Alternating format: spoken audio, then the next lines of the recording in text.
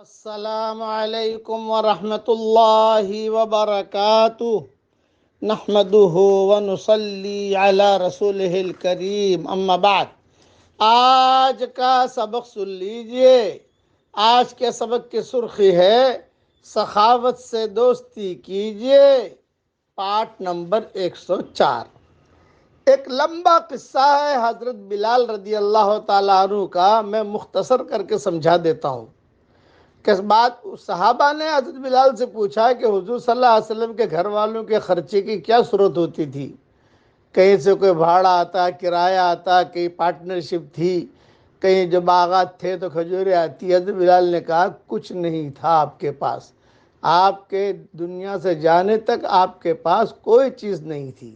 البتہ یہ ہوتا تھا کہ جو بھی خرچے کی ضرورت ہوتی، کوئی مسلمان آتا میرے پاس یا حضور صلی اللہ علیہ وسلم کے پاس آتا، مجھے یہ ضرورت ہے، تو حضور صلی اللہ علیہ وسلم مجھے کہتے کہ جاؤ بھی کسی سے قرضہ وغیرہ لے لو اور اس کی ضرورت پوری کر لو۔ اسی طریقے پر کوئی بھی گھریلو کام ہوتا تو وہ ڈیوٹی میری تھی، مجھے کہا جاتا تھا، میں لوگوں کے پاس چلا جاتا تھا اور لوگوں سے ادھار لے کر آتا تھا، لکھ لیتا تھا، پھر جب اللہ تعالیٰ دیتا تھا تو ان کو واپس کر لیتا تھا۔ یہ ترتیب ہوتی تھی۔ ایک مرتبہ میں جا رہا تھا تو ایک بے ایمان ملا، اس نے کہا بلال تم کیوں جا رہے ہو ادھر ادھر؟ پیسوں کی ضرورت ہے، گھر خرچی کی ضرورت ہے۔ بولے تم کسی سے مت لو، میرے پاس مال بہت ہے، مجھ سے لیا کرو۔ حضرت بلال نے کہا بہت اچھا۔ اب میں نے لینا شروع کیا۔ یہاں تو ہر دن میں 2 دن میں ضرورت پڑتی تھی، کبھی گھر کے لیے، کبھی دوسرے مسلمانوں کے لیے۔ چنانچہ میں جو ہے فجر کی یا عشاء کی اذان دینے کے لیے میں وضو وغیرہ کیا، تیار ہو کے میں کھڑا ہوا اذان دینے کے لیے، وہ بے ایمان آیا اور کہا او حبشی، معلوم ہے مہینے میں کتنے دن باقی ہیں؟ 3-4 دن باقی ہے، جلدی سے وہ قرضہ ادا کر جو میں نے تجھے دیا ہے، اور جلدی سے جو ہے مجھے وہ واپس دے ورنہ تجھے غلام بنا دوں گا۔ اب میں تو ٹینشن میں آ گیا، ارے بھائی یہ بات تو تھی نہیں، پہلے بھی تو غلامی تھا۔ اب وہ تاجروں کو لے کر آیا، سب کے سامنے ڈانٹا۔ خیر میں نے ہمت کر کے اذان تو دی دی۔ اذان کے بعد میں حضور صلی اللہ علیہ وسلم کی خدمت میں گیا اور کہا کہ حضرت ایسا ایسا معاملہ آج ہوا ہے، اس نے تو سب کے سامنے مجھے ذلیل کیا اور ابھی 4 دن باقی ہے مہینہ ختم ہونے میں، وہ مانگے گا۔ آپ مجھے اجازت دے دیں تو میں ذرا مسلمانوں کے قبیلوں کے پاس جاؤں۔ تو حضور نے فرمایا جاؤ مسلمان قبیلوں کے پاس جاؤ۔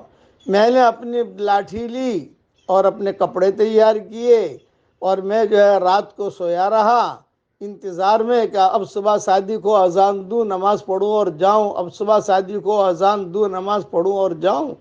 چنانچہ میں گیا اور میں نے جا کر ترتیب شروع کی کہ میں لوگوں سے کچھ مانگوں تاکہ اس کا قرضہ ادا کروں۔ اتنے میں حضور صلی اللہ علیہ وسلم کا قاصد آیا، بھاگا بھاگا، میں بلال کو بلاؤ، بلال کو بلاؤ، بلال کو بلاؤ۔ میں بھاگا بھاگا گیا تو حضور صلی اللہ علیہ وسلم نے فرمایا بلال رستے میں کچھ اٹھنیاں ملی؟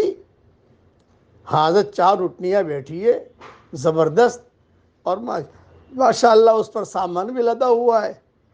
آپ نے فرمایا یہ 4 اٹھنیاں رات کو اللہ نے بھیجی ہے، فدق کا جو رئیس ہے اس نے یہ ہدیہ بھیجا ہے، اس میں کھانا بھی ہے، پیسے بھی ہے، کپڑے بھی ہے، غلہ بھی ہے، تم سارا کا سارا جو ہے اسے قرضہ ادا کر دو۔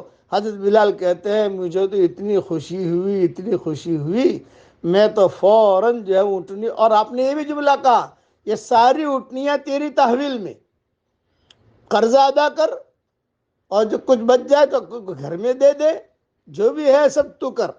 تو میں تو 4 اٹھنیاں لی، 4 اٹھنیاں لگے، سامان جو کھول کے دیکھا شاندار ماشاءاللہ۔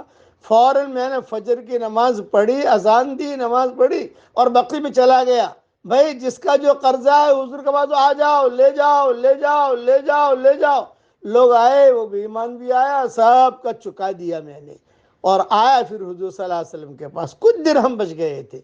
وہ دن ایسا تھا کہ حضور صلی اللہ علیہ وسلم نہ رات کو گھر میں گئے نہ دن میں گھر میں گئے، بلال کہتے تھے، مسجد نبوی میں بیٹھے رہے۔ جب سارا معاملہ پورا ہو گیا پھر حضور صلی اللہ علیہ وسلم جو ہے رات کو عشاء کی نماز پڑھا کر ہر ماں کے گھر میں باہر جا کر سلام کرتے، السلام علیکم، کیسی طبیعت ہے، السلام علیکم، کیسی طبیعت ہے، اور پھر جو ہے جہاں رات گزارنی تھی حضور صلی اللہ علیہ وسلم نے رات گزاری۔ یہ تھی سخاوت حضور اکرم صلی اللہ علیہ وسلم کی۔ یہ ساری تفصیل بدایہ و نہایہ میں بھی موجود ہے اور بیہقی میں بھی موجود ہے۔ اب پڑھ لیجئے میرے ساتھ، رب اغفر وارحم وانت خیر الراحمین۔ اللہ تعالیٰ یہ دعا ہم سب کے لیے قبول فرمائے۔